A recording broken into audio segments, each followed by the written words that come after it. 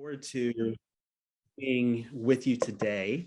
We're going to look at the blessings of inviting people into partnership. The second thing is potential challenges of inviting people into partnership. The third is how to invite people into partnership. There's a lot of partnership in this webinar, if you haven't caught that. And the advantages of partnering with a tailored coach. So before we dive in, let us just walk through a quick Zoom tutorial. So in your Zoom screen, you should see a chat button. This is definitely an interactive webinar. So we're going to be asking questions, asking you to put your thoughts in the chat. And it's where we're going to put some helpful information too. So just please make sure, we said a couple of times, when you open the chat, you click on that blue button at the bottom and select everyone, so that everyone joining can see what's being shared. Okay. The other button I want to draw your attention to is Q&A. So if at any time you have a question that you want to ask, please put it in the Q&A box. Marianne will get to it. She'll either text you, send you a direct message, or we'll just answer it live so everyone can hear. All right. Now, Andy Stanley wrote a book called Visioneering, and in it he writes something that perfectly fits this fundraising season, whatever season you're in, whether it's your first or 50th fundraising season. In it, he writes this: if you saw The Empire Strikes Back, you may remember the scene in which Luke wants to go and rescue his friends before he had finished his Jedi Knight training. Yoda begs him to wait. Luke, you must complete the training. But Luke has seen the future and he knows his friends' lives are in danger. Yoda finally issues a dire warning. If you leave now, help them you could, but you will destroy all for which they have fought and suffered. Still, Luke is determined to go. He is so locked in on what could and should be that he feels compelled to leave immediately. So he does. And do you remember what happens? Everything works out great. But that's in a galaxy far, far away. Back here where we live, action before preparation usually spells disaster.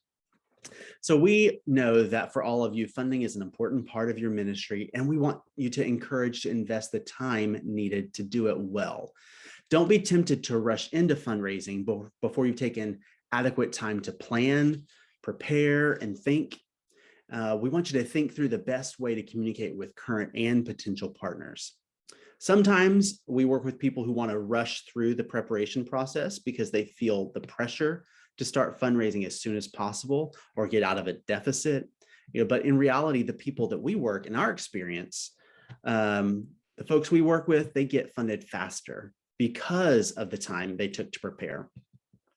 So through proper partnership development, growth takes place, relationships are built, ministry happens, and we don't want you to miss that. So that's why this time is so valuable. So because we want to develop a holistic view of partnership that goes way beyond money or the percentage that you need to increase. There are blessings in the sanctifying process of fundraising. And God redeems that in our relationships and ministry for years to come. And not just a blessing for us, but it's a blessing for our partners as well. It was 3 weeks before Christmas, and I was on my way from the church to the mall, and in my hand there was a crisp $100 bill, which was a gift that I had come to accept from the elders every year. And I was so excited to finally be shopping for a mirror for my dining room that I had waited all year to buy, when I heard God say to me, I want you to give that money to missions. I literally yelled out loud. I was like, are you kidding me? I'm a pastor's wife. I am missions. And I felt totally robbed of my joy. I had a hard time with what I was feeling because here I was, a mature believer. I love God and I want to see the Great Commission fulfilled, struggling with something so trivial. I was almost relieved when the missions conference came around and I could finally just give it already and be done with it. My attitude was absolutely horrible. But God did a work in my heart that week that I wasn't expecting. With every presentation that I attended, I just felt my heart breaking for the needs of the world. And I found myself wanting to be a part of each and every one of their ministries. On that last Sunday of the conference, I wrote my check out for $100. But as I sat in the pew that day, I felt like it wasn't enough. And so I ripped it up and I wrote a new one for $200. And I had no idea where God would provide the money, but I knew that if he was calling me to give it, that he would.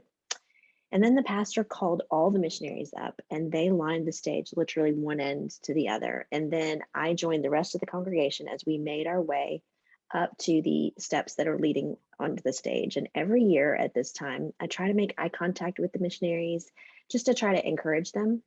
But that year, I was so ashamed that I couldn't look anybody into the face.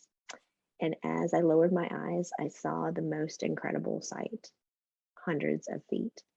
And God instantly brought a verse to my mind. How beautiful are the feet of those who bring good news. And in that moment, I was flooded with gratefulness. Lord, thank you for what you've done to allow me to be a part of carrying the gospel to the ends of the earth through these missionaries. And a few months later, my mom was downsizing and she called me and she said, I'm not going to need this mirror in my dining room. Would you like it? And only the Lord knew of my internal struggle, how incredibly good he is to change the desire of my heart, as well as to bless me with a visual reminder of the lessons that he taught me, and to give me a story that I can tell that has blessed multiple missionaries as they've embarked on their fundraising journeys. So there's joy in giving. Generosity is beautiful. And as we embark on this journey of fundraising, we're going to have a unique privilege.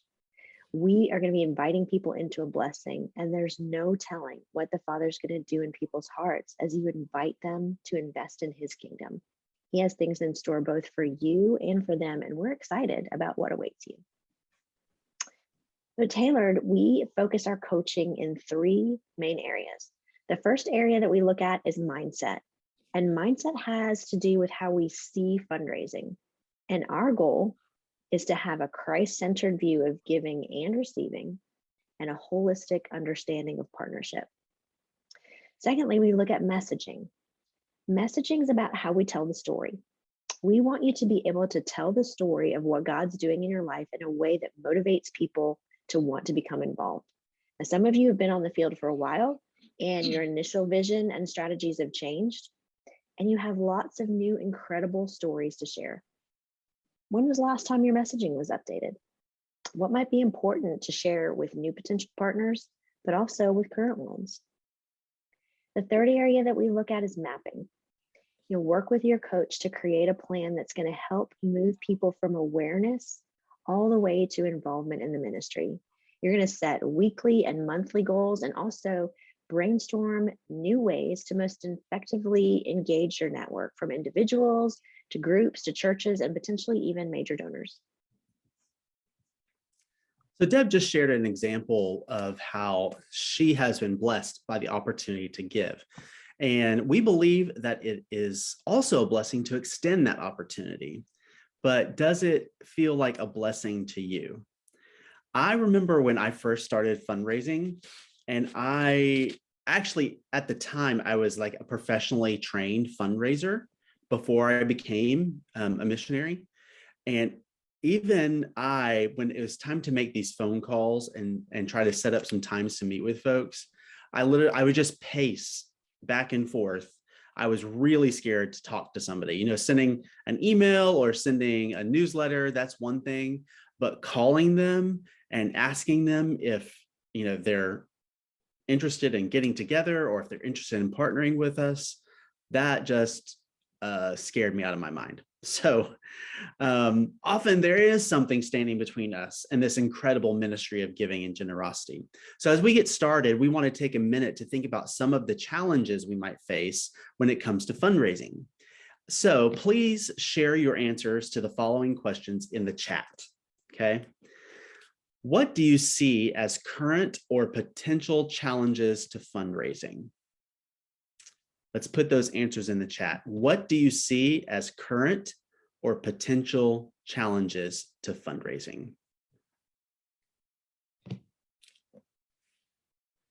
We have fear, lack of context, mindset. Thanks for sharing that, Vernon. Energy. That's totally me. Energy. Yeah, people are incredibly busy today. We hear this a lot, Samantha. I don't have a network in the US anymore. Absolutely. Their perceptions of the economy. Yeah. Yeah, maybe competition between the ministry and the missionaries needing the same funding.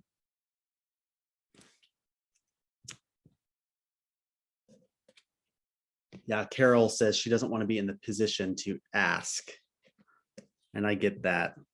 COVID, we have that written down. That's fear of losing friends. Hey, Sean, we spoke yesterday. I'm glad you could join us today. Yeah, that is a really legitimate fear. People not returning calls or texts. Yeah. Younger potential partners after being on the field for decades. Wow. You know, for some of us, this is the reality right now. And for those of us who aren't in this place right now, we've been there and we get it. So the things we've listed on the board are real. They are legitimate obstacles and concerns. But if we focus on these things, where do they lead?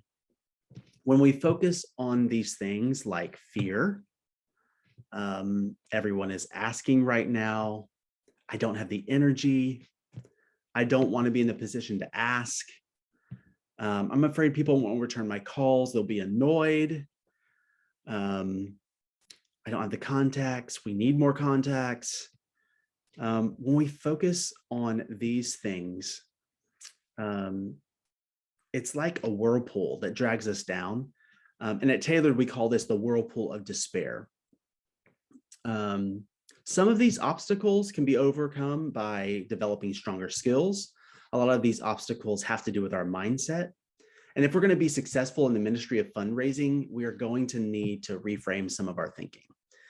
It's interesting to think about the idea of setting our minds. It has an influence on how we behave.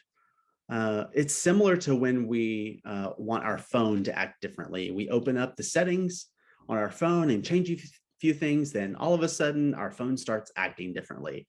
The phone is now vibrating instead of ringing, or the background is brighter, or the text is bigger. Our phone is acting differently because we changed the settings.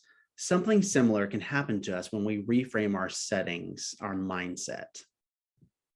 And scripture tells us in Romans 12:2 to be transformed by the renewing of our minds. We want to take every thought captive. And right now, we want to look at some passages of scripture where a missionary is writing back to a partnering church. Let's see what we can learn as we look at Paul's missionary mindset. So I want everybody to take out your phone and let's look up the following verses and we'll read them together. Or if you have a Bible right next to you, that would be great too. So the first verse I want you guys to look up is Philippians 1:3-5. And I'm going to be reading from the New Living Translation. Let me give you just a minute to get there. I'm going to do it with you so I know how long it takes. There we go. Okay, great. All right, so I'm going to read it. Every time I think of you, I give thanks to my God.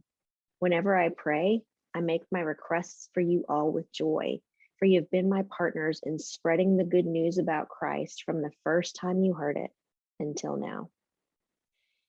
Next, let's look up Philippians 4, verses 10-20. All right, so just flip over to Philippians 4.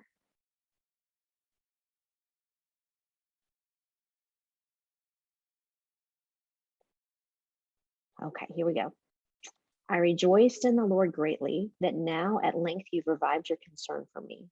You were indeed concerned for me, but you had no opportunity. Not that I'm speaking of being in need, for I've learned in whatever situation I'm to be content. I know how to be brought low, and I know how to abound. In any and every circumstance, I've learned the secret of facing plenty and hunger, abundance and need. I can do all things through Christ who strengthens me. Yet it was kind of you to share in my trouble, and you Philippians yourselves know that at the beginning of the gospel, when I left Macedonia, no church entered into partnership with me in giving and receiving except only you. Even in Thessalonica, you sent me help for my needs once and again. Not that I seek the gift, but I seek the fruit that increases to your credit. I've received full payment and more. I'm well supplied, having received from Epaphroditus the gifts you sent, a fragrant offering, a sacrifice acceptable and pleasing to God. And my God will supply every need of yours according to his riches and glory in Christ Jesus. To God our Father be glory forever and ever. Amen. I want to debrief this with you by asking you a few questions. Please put your answers in the chat box. And again, make sure that you select that blue button that says to everyone so that everybody can see it. All right, what words stand out to you in this passage and why? Go ahead and read. Go ahead and put some of those in the chat box so that we can see them. What words stand out to you in this passage and why?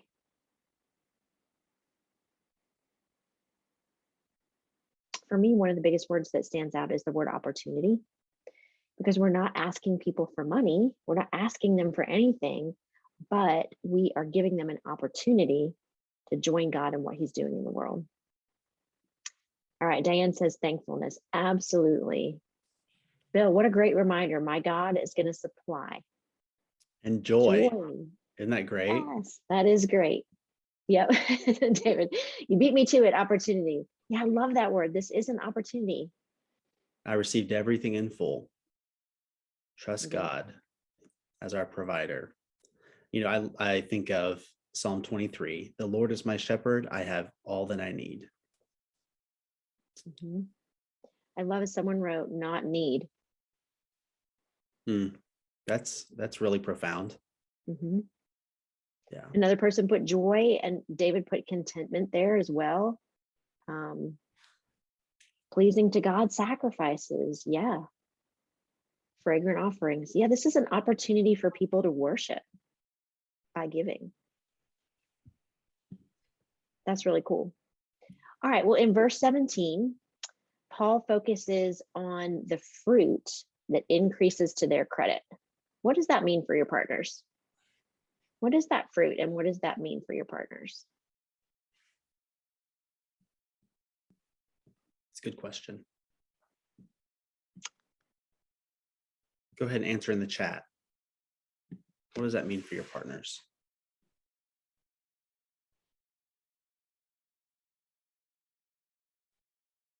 What do you think, Deb? I just imagine my partners, when they get to the throne room, they're going to see brothers and sisters that they've never met before, but that they've had a hand in bringing to Christ. And then they receive a crown for that, that they then get to throw at the feet of Jesus. Like, how beautiful is that image? Yeah. Multiplication. Love that. That is amazing fruit. Blessings. Yeah. I mean, can you bless others? For sure. Their heavenly bank account increases, rewards. Yes. Heavenly bank account. Truly be part of the team. Yep. I was just going to say that. I love what Jay said about truly being part of the team. It's not just one person going and receiving those blessings. It's now a whole community. Yeah, blessings on the field, blessings at home, blessings all over the place. Yep, enjoying God. Wow, enjoying God forever, glorifying him, enjoying him forever. Beautiful. All right, so all of these things are beautiful expressions that you guys have written. How could that concept in verse 17, or all of these things that you've written down, how could those things influence the way that we approach fundraising? If you truly believed all of those things that you guys just wrote, how would that influence the way that we approach fundraising? One of my clients said that she'd want to invite everybody because she felt like it would be selfish of her not to. Like she was holding on to something and hoarding it. I know, isn't that a game changer? Yeah. Yeah. All right, Julia said, it's more vulnerable to ask someone to be a partner rather than a donor, but also so much more gratifying. Content in my purpose, inviting others to join in.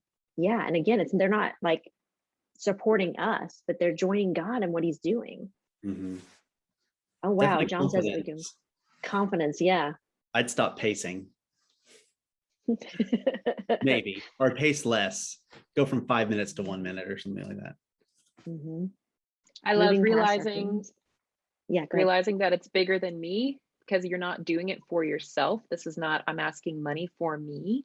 It's bigger than me. It's bigger than us. Mm-hmm.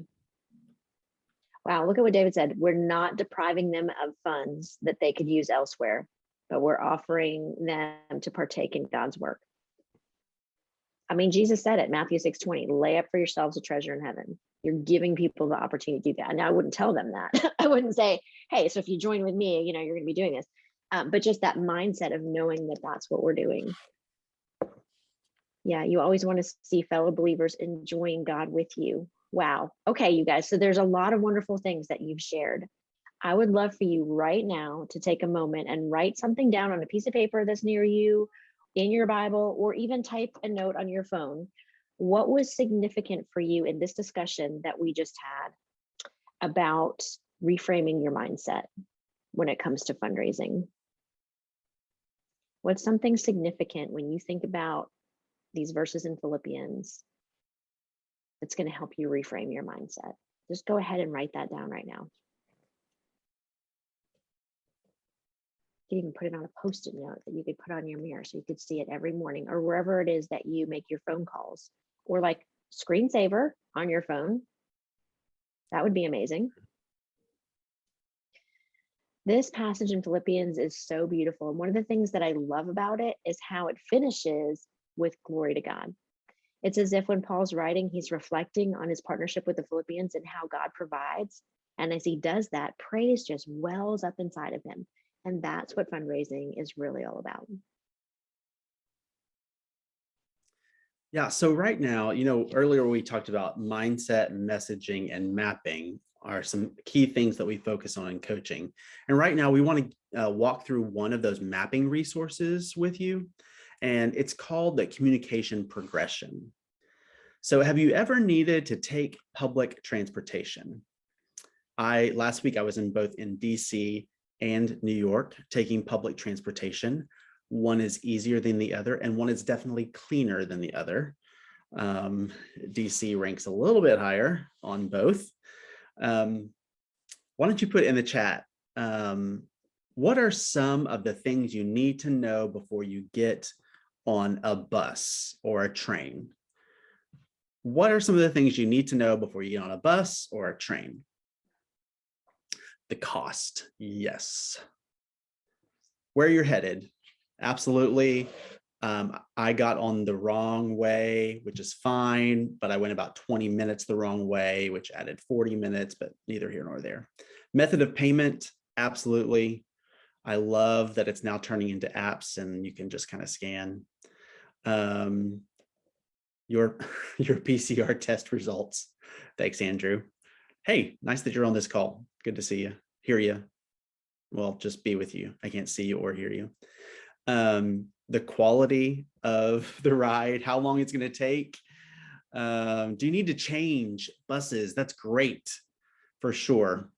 So you need to know a lot of these things. Where is it going? The departure and arrival times, how much it costs, why are we even going there? So, and now imagine that you are the driver of your own bus. The people who get on your bus will need to know the same information we just talked about to know if it's the right bus for them, okay? So as we engage in a season of fundraising, we need to realize that we are not the only ones who want to make an impact. And when we say impact, we mean the difference made in people's lives because of the good news. And Deb, you have a wonderful story to share, and I would love for you to share that with us. Sure thing. I was in Bible study one day, and when we were sharing prayer requests, I asked my friends to pray for some clients of mine, Jeff and Mary, who were veteran workers to Japan, and they were home raising funds for the first time in 33 years. So as you can imagine, their presentation, their stories were unbelievable. But when it came time to invite people to partner, they were completely overwhelmed with fear, and they just couldn't do it. So after the study, my friend Shannon pulled me aside and she said, my husband's company has just been bought out by this huge Japanese corporation, and we received a large bonus, and we feel led to give it towards ministry in Japan, but we don't have any connections. Can you put us in touch with Jeff and Mary? And of course I said yes. And a couple of weeks later, during our session together, they said, Deb, are you sitting down? And I said, of course, yes, I am. And they said, we just received word from our organization that your friends just put $25,000 into our account. And they were so thankful, but more than that, they were blown away that complete strangers would give such a large gift. Wow. That's amazing. We need to understand that people want to partner with us in ministry. They want to get on the bus. So how do we invite them to do that?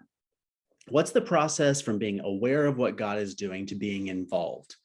The communication progression outlines this process. We like to think of the communication progression as our bus. The bus is heading for impact. The bus makes stops along the way, and something happens at each one of those stops. Communication is what fuels this bus and keeps it moving. And our goal is to drive the bus by communicating in a way that people are becoming more excited about being part of what the Father is doing and the potential for lives being changed. So what are these stops? Let's look at these slides and kind of follow along. Stop number 1 is awareness. At this stop, we want to share the ministry in a way that piques the interest of a potential partner. This can be done through a letter or email. If you work with a coach, they'll help you write that. It creates awareness about the ministry and the opportunity to partner. Stop number 2 is interest. And at this stop, we're going to ask potential partners if they are interested in talking about how they might be involved in the ministry. And this is a very key stop. This is the difference between sitting down with 100 people that may be interested, maybe not interested, and receiving 50 no's out of that 100, or this interest stop lets you know people who are actually interested, and you sit down or talk with the right people. This is usually done by following up with a phone call to whatever your first awareness piece was.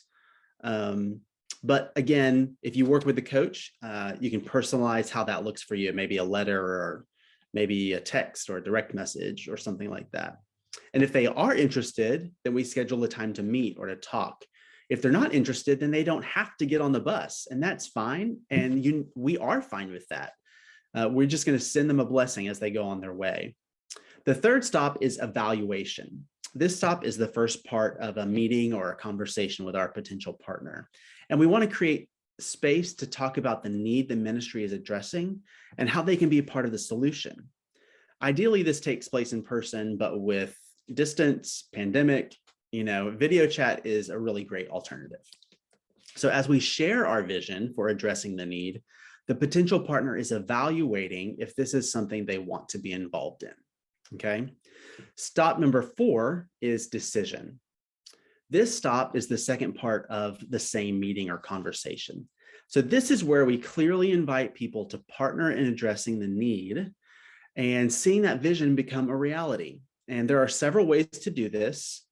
You can do it well. If we're able to coach you, then we can coach you through the best fit for you. And if you want to kind of get an idea of what those different invitations to partner might look like, there's an ebook on our website called How to Get a Generous Response, and it has 5 different ways that you can ask. And Marianne, if you know where to find that on our website, would you do that and maybe put that link to the ebook in the chat? Otherwise, Lindsay knows where it is. Okay, the 5th stop is involvement. And stop 5 happens once someone has decided to partner. In the long run, this is actually where you spend most of the time, right? It's all about managing an ongoing relationship with our partner that helps them maximize the resources and gifts God has given them. And these are the 5 stops that make up the communication progression as we move potential partners from awareness to involvement. All right, we want to hear from you guys. So we're going to ask you a poll question. Which of these stops is the most natural for you? Awareness, which is sharing the ministry in a way to be able to pique interest, or interest, which is asking if they're interested in talking about how to get involved, Evaluation, where we share the vision to address the need and the potential partners evaluating their desire to be involved. Decision, which is inviting someone to partner. And then involvement, which is managing the ongoing relationship. Okay, I'm going to rank these. Ready? Ready. Awareness is number 1, easiest. Involvement number 2, second easiest. Is this? Yeah. I say evaluation number 3. And then I think interest and decision are they're 4 and 5. I don't know which one. Probably interest, then decision. So I've got awareness, involvement, evaluation, interest, then decision. Okay, I'm nervous. Let's see how you did. Here we go. Awareness, interest. Okay, I can get on with that. Evaluation, involvement. Oh, But you're actually, right. See, 0% on both interest and decision. Those are the hardest. bam. Bam. I thought they were ranked in order, but they're not. They're just, But they're not. yeah. Okay. But you did it. I think I've been doing this a while. There you go. You've been doing it for a while. Yep. Okay. Yep. Awesome. All right. So I like from polls that- because I feel like they're all about me and what I think it's going to be. But anyway, neither here nor there. Deb has to keep me Okay. in control. You're super smart. You're like wicked smart, as we would say in Massachusetts. You're welcome. All right. So from that, we can assume that interest and decision are the most difficult stops, but we want to hear from you in the chat box.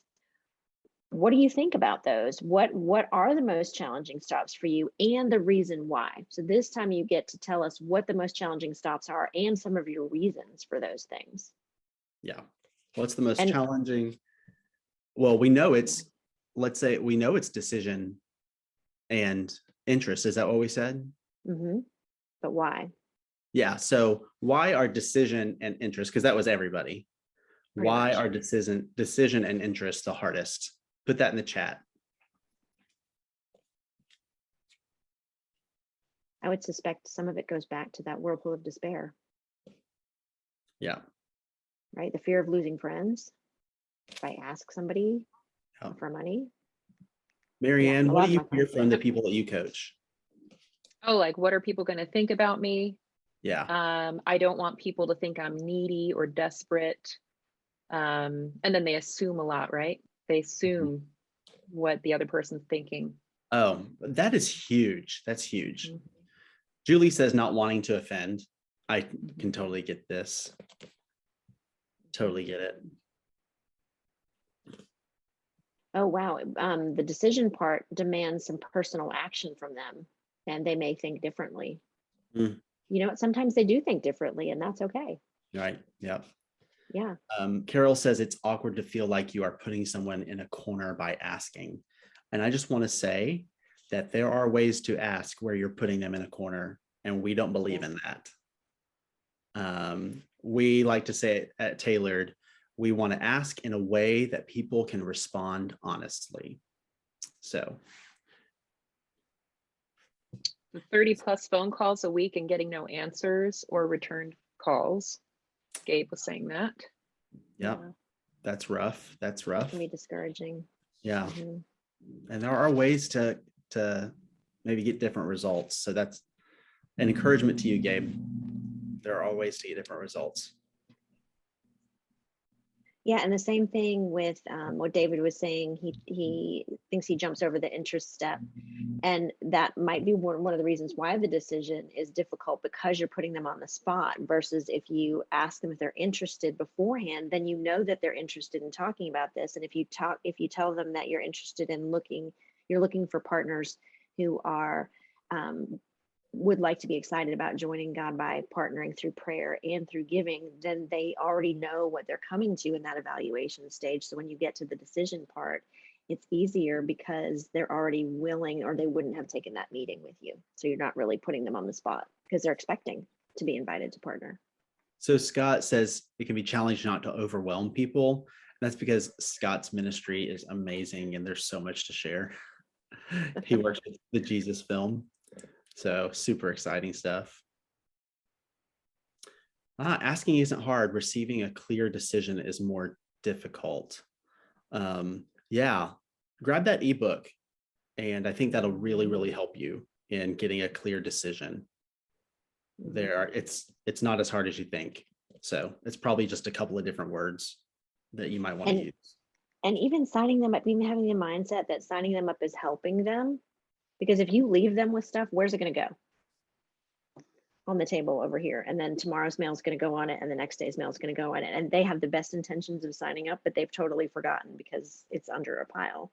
So some things that I usually would say would be, would it be okay if we took the next few minutes to sign up? That way I can track my progress right away. And I can also verify that everything went into the system correctly. Right. And they're like, sure. And it's helpful. Somebody said, go back a little bit here, that said that evaluation was the most challenging. Was John. John, why is evaluation the most challenging for you? Yeah, I saw that. Putting you on the spot, but just was curious as to why. A lot of times my clients, some of them say that's the most enjoyable part because that's where their guard lets down. They're not asking for anything. They're just advocating on behalf of the people. So anyway, if you want to answer that, you can. If you don't, that's no problem. All right, let's compare this to practical steps of building relationships in your ministry. So whether it's sharing about Jesus, whether it's inviting somebody to study the Bible with you, whether it's bringing somebody to the point of decision or one-on-one discipleship, what similarities do you see between what you do in ministry and the communication progression? Yeah, because your ministry is about people, right? So what's the similarities in the way you work with people in this communication progression? Thanks, John, for answering the question. And you're right, that's that transition, right? Getting from the evaluation into the decision. That can be hard, but just even practicing the words that you're going to say and transitioning is super helpful in that. Yeah, Julie's got a good tip. On her presentation, she has a QR code to her giving page that people can sign up immediately if that's helpful for them. It's a great idea. Deb, if we don't do that already, make note. Oh yeah, we do that already. Yeah. Okay. Yep, it's a great idea. You're wicked smart. I try, Russell. I try. Well, is this a hard question? We need some answers. What similarities do you see, you guys? What similarities do you see between what you do in ministry and this communication progression? Or even just think about evangelism. Okay, go ahead. Yeah, so when we were raising support and when we were developing our partners, the biggest thing that we would do is we would sit down, and here we were going to be talking about Ireland and the ministry, but what ended up happening a lot of the times is that we would talk about what the Lord was doing in our lives right then and there, and they were so encouraged and so blessed. And that's exactly what we do with other folks too. Like that's what we do as missionaries. We just talk about what the Lord is doing in our lives. And so it ended up being very, very similar. Here we were talking about the same things with our partnership team that we would be doing, future tense in Ireland. And right. We just saw such a similarity there, and it was a real blessing. That's cool. Yeah. Mm-hmm. I remember being on campus, and as campus staff, you just kind of go up and just meet people, right? So we would kind of make people aware that we were on campus and make people aware of Jesus, and then ask them if they were interested in either, if they were Christians, they were interested in a Bible study, or if they weren't, maybe they were interested in an investigative Bible study. Then we'd study the word with them. Then you ask them if they want to come to Christ, if they want to accept Christ into their lives. And then we spend most of our time with them in a discipleship relationship. So for me, it seems like it's very, very similar to evangelism. Mm-hmm. We're getting some great responses. So, I love Diane says, wanting to see something good for others. And if we looked at partnership, fundraising as wanting to see something good for others, and those others are ministry partners, boy, that would change everything, right? Mm-hmm. Mm-hmm. Building trust. getting to know what's important to them. Russell has a great little video on an effective invitation to partner. And one of those things is making connections with people and knowing what's important to them. Personalizing things. Absolutely. Yes. All right. In the earliest stages of a conversation or relationship, you're feeling people out and noting their responses to your worldview or position on an issue. You can also judge how engaged they are with the conversation. Yeah. Yep. Kind of looks like ministry, doesn't it?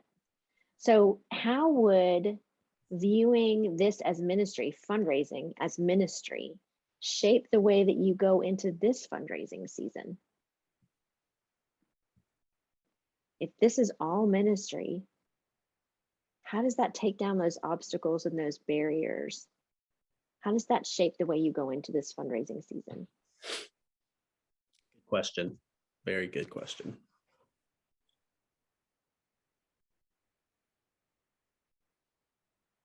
For a lot of my clients, that's what they say, is that, wow, if it's ministry, it's a blessing. It's inviting people into a blessing. And it's actually kind of fun. I've had the last few clients, I've done some reflection with some of my clients, and they've said, I've actually been surprised at how fun it is. And that if I'm inviting people into what God's doing in the world and what God's work, then it's not like a personal rejection. If they say no, that's okay. And it takes the stress and the pressure off. Yeah, allowing people to have a part in the work. Wonderful. Yeah, instead of like forcing them, we're really allowing them to. Oh my gosh, look what Ruth said. It has a similar priority as the actual ministry itself. Wow. Whoa. That would be a total game changer. Carving out that time to make it a priority. Yeah, partnership. Seeking the Holy Spirit's leading on each step along the way. After 30 years on the field, fundraising has almost become a business process as opposed to the ministry side. Yeah. Oh, wow. Yeah. Completely. That's a game Something changer. that I love to do with my partners, I love to just call them or email them and simply say, how can I pray for you? And especially if I'm on the phone, I pray with them there. And if it's via email, I write out a prayer that I've prayed for them. That's beautiful. And that's the only purpose, because I do want to minister, Well, it's really important for you guys to see yourselves as the bus drivers, because think about it. Where does your fundraising fall on your potential partner's list of things to do? It's probably not even on it. So when we get to that interest stage and we feel like people are ghosting us, it's really still important for us to continue to reach out in a variety of different ways. And your coach, if you decide to do that, can help you with that. Partnership development is your job. So take the wheel, drive your bus in a way that makes people excited to join God in the journey. Another thing that we like about the idea of a bus is that people have the choice as to whether or not to get on the bus. And so maybe along the way, they realize that this bus isn't actually going where they want to go. And so they may choose to get off the bus at one of the stops, and that's totally fine. But the bus keeps going, making the route over and over again. And we're trusting God that He's going to get the right people on the bus. Wow. I want to talk a little bit about coaching just for a couple of minutes. Getting connected to a coach means you're going to get personal sessions with an individual coach. So this isn't group coaching, what Tailored offers.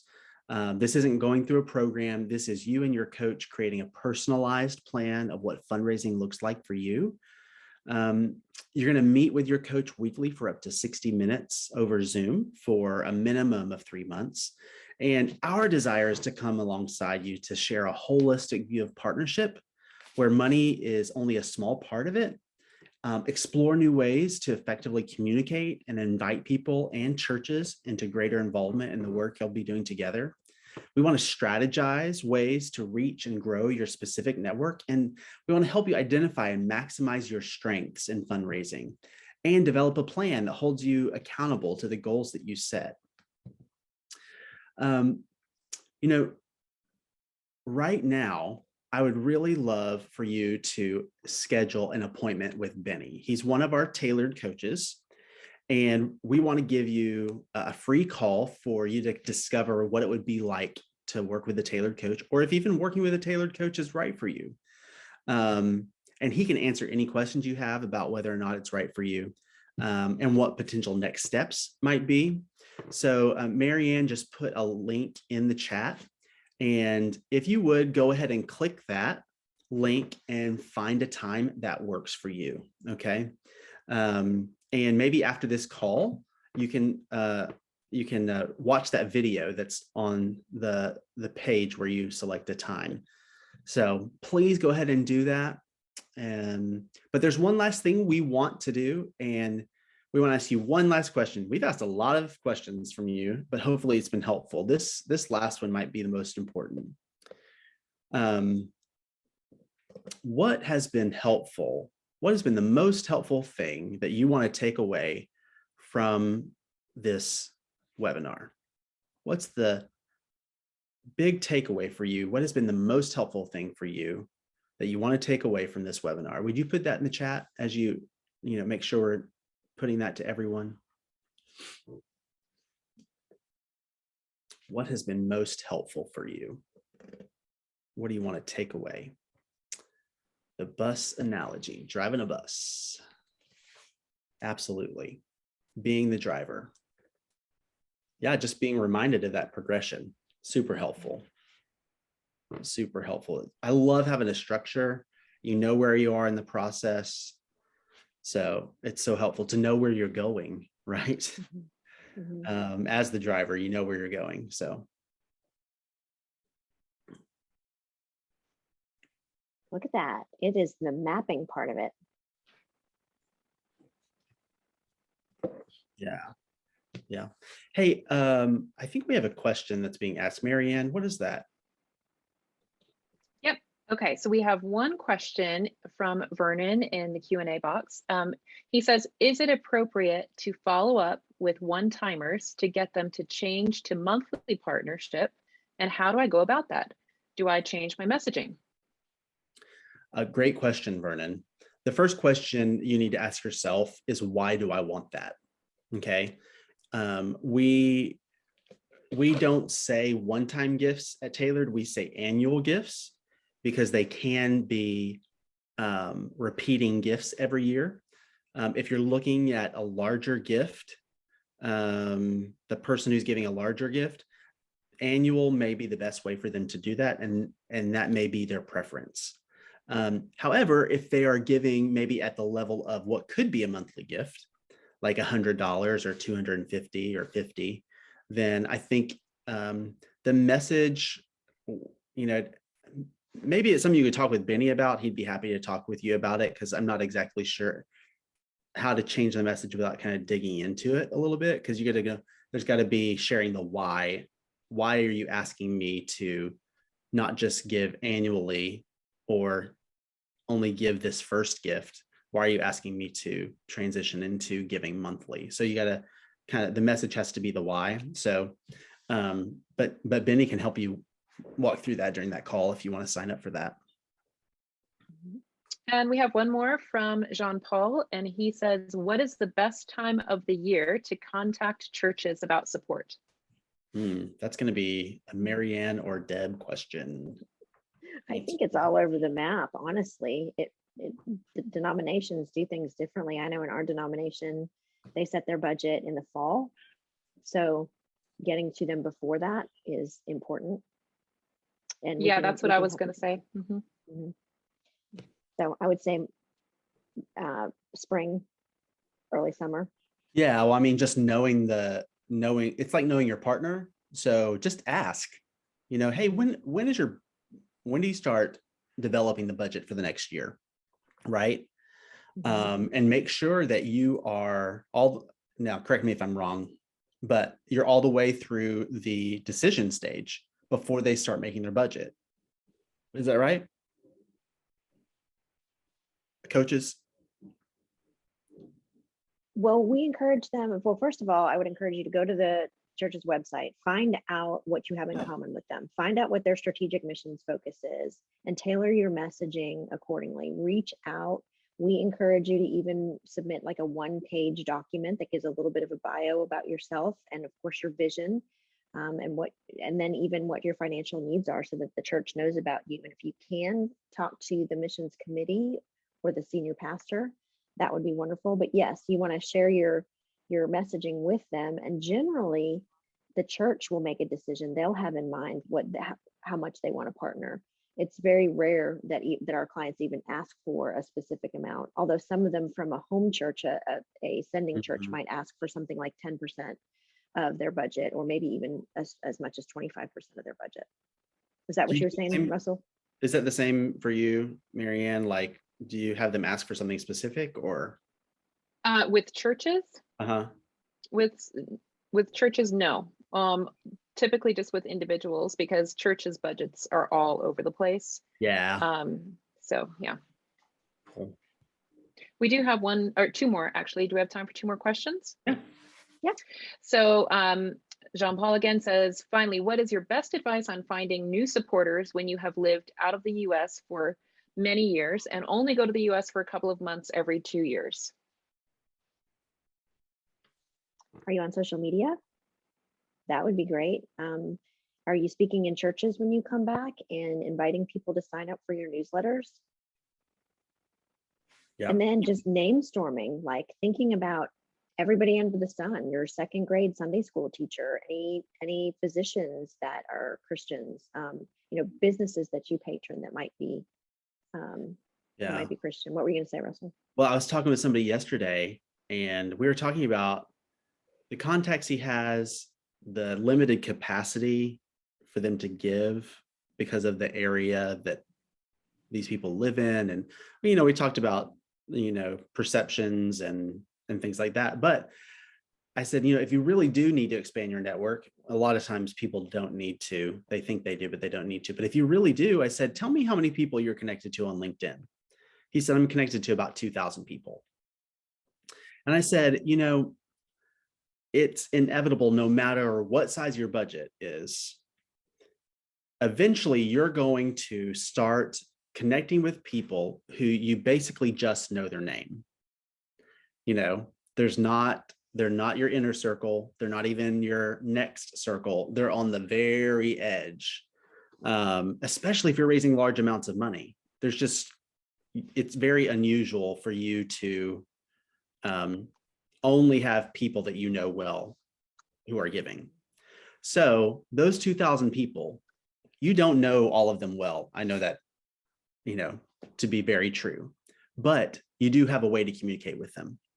And they do know something about you if they just go to your profile on LinkedIn and other social media platforms as well. So there's an encouraging.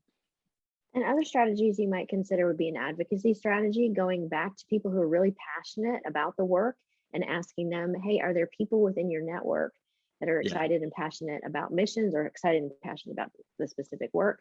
That's a great avenue, as well as look back through your giving over 30 years. Who are the people that have partnered in the past that maybe aren't partnering now? Those people were interested in the ministry at one point. They're a great they're a great source of encouragement and potential partnership again, because they partnered before.